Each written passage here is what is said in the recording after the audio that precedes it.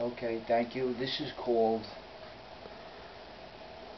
a Profanity and Pills. So, actually, it's a proven fact that venting your anger through the use of profanity relieves stress because it releases endorphins into the bloodstream. But no one ever told you that venting your anger to the wrong person can have you releasing your bloodstream along with those endorphins onto the sidewalk. See, because it's all in the delivery, and I really think that a smile goes a long way. Like, suppose you don't really like your neighbor, but you want to keep peace for the sake of your wife and the kids. So you might see your neighbor at the bus stop and you might say, "Good morning, shithead. How's all by you?" By which he might say, "All's well, my shit for brains friend. And how's the homely wench and all those dirtbag little bastards of yours?" See, as long as it's done with a smile, I think it would be perfectly acceptable. Now they had this guy I seen on the PBS channel, and this man had Tourette's syndrome. His family was becoming very, very concerned about the fact that during church service he would blurt out suggestions to the priest, such as where the priest might shove the communion host. So his doctor was on there, and his doctor was saying, this is the way that this man reconciles the rage that's in him, and it helps to keep him sane. And yet, they want to squelch it with medication. I feel very strongly about this. I don't think that you could magically pop a pill and the thing just magically goes away. You push it down here, it's going to come up someplace else, but it's got to go somewhere. You know? So maybe now he won't have the urge to want to blurt out curse words in public anymore. But somewhere it's got to go. And maybe now they're going to need another pill to get a handle on him controlling his hand gestures.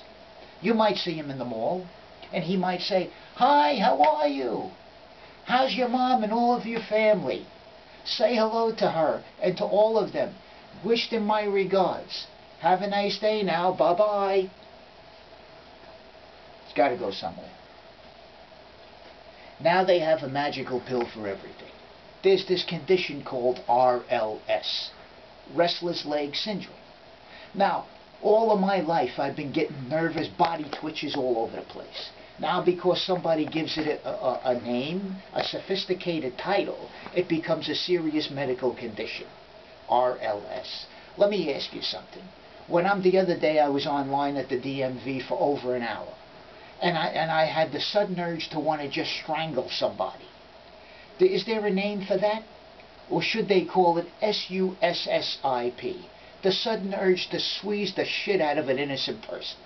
Is there a name for that? They have a new one, AGE, an acronym for acute gastroextensia, AGE.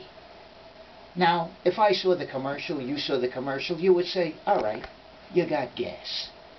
Which reminds me, and be honest, who farted? Oh, that was me. No, I'm just kidding, don't back up. So I'm sitting there in the bar, we see this on a sports channel, it's a commercial, my friend sees it and he says, wow, maybe I should check it out, I've been feeling bloated lately. And I said to him, okay, you could do that, or you could pop a Gas X to alleviate all of your intestinal issues. Or maybe you could just back off the 11 Heinekens a night, you fat bastard. See, these TV sponsors, these advertisers, they know how to hook you in with fear. They give it fancy titles. But I think all of these conditions, so-called conditions, should be put under the umbrella heading of RBHJ. An acronym for really big hand job. Truthfully, honestly, we all should get into the habit of standing up, walking over and pulling the plug on the MFN TV. And an acronym for MUP, you get the point. Actually, really, I should be somewhat open-minded and give credit to certain prescription pills. Because my dad, who suffered from dementia before he passed away, his prescription pills helped to even out his wild mood swings. And it helped us to get along after years of fighting. In fact, when I went to go visit him one of the last times, he called me a numbnuts.